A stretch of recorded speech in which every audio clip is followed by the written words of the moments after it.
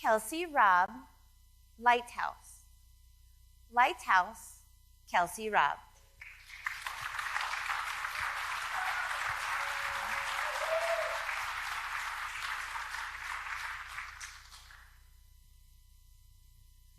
This may or may not surprise you, but I was a jock in high school.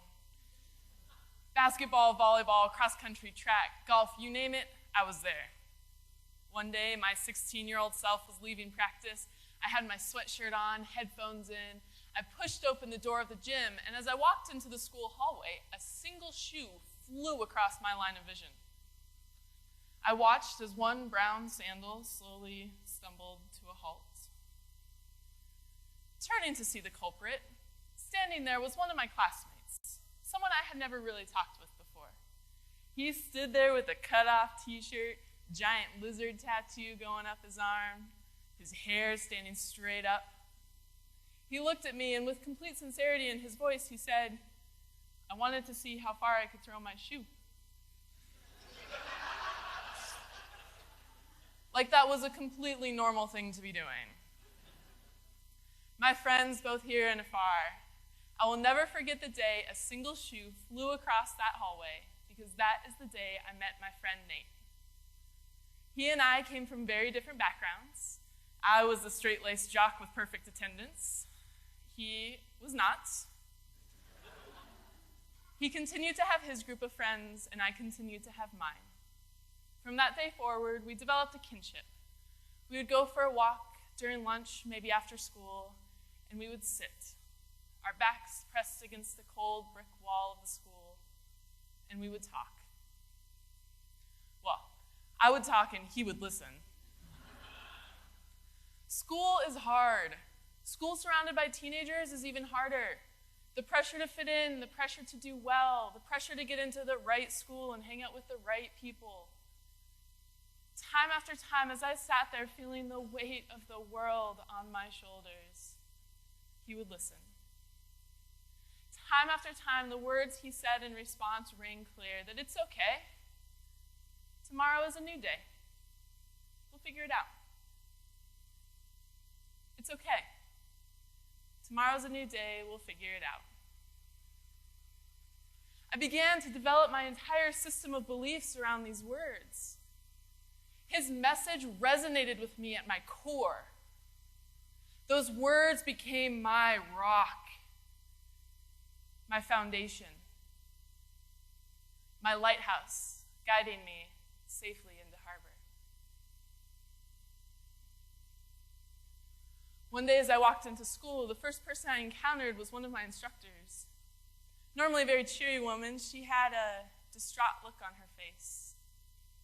She pulled me aside. She said, "Kelsey, Nate's dead. He took a gun and he shot himself."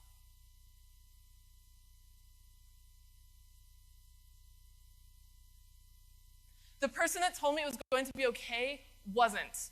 The person that said, "Tomorrow's a new day," would have no more tomorrows. In that single moment, with a single conversation and a single gunshot, my rock shattered. My foundation cracked. My lighthouse snuffed out. I became lost in an endless loop, not knowing what of his words I could still believe. While his message still resonated with me, the messenger wasn't quite who I thought. I don't know about you, but there are times in my life when people don't meet the expectations I set of them. There are times when organizations don't meet the standards they purport. There are times when I don't meet the expectations I set of myself. It took me a very long time to learn to separate the message from the person and the person from the actions. It took me a very long time to learn that while Nate will have no more tomorrows, I can still believe in the power of tomorrow, and I do. From that, I learned an even greater lesson, is that sometimes people fall down.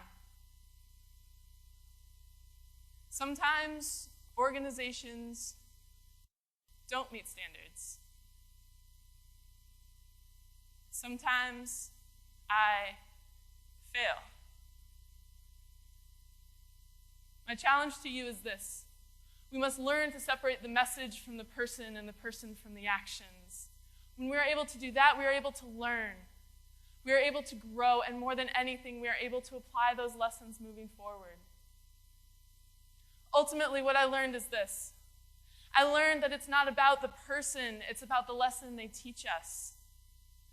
It's not about the organization, it's about the system of beliefs it instills within us. It's not about the speaker or the speech. It's about the message it contains. Nate was my guiding light. And while that light no longer shines for him, he lit a torch in me to carry forward. I carry his words with me to this day.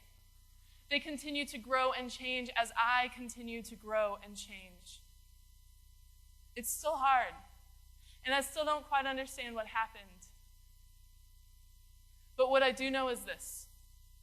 At the end of a long, hard day, when I feel the weight of the world on my shoulders, I go for a walk. I sit with my back pressed against the cold brick wall. I think back on those conversations. I hear his words ring loud and clear that it's okay. Tomorrow is a new day. We'll figure it out. It's okay. Tomorrow's a new day. We'll figure it out. And every once in a while, I'll take a shoe and throw it just to see how far it'll go.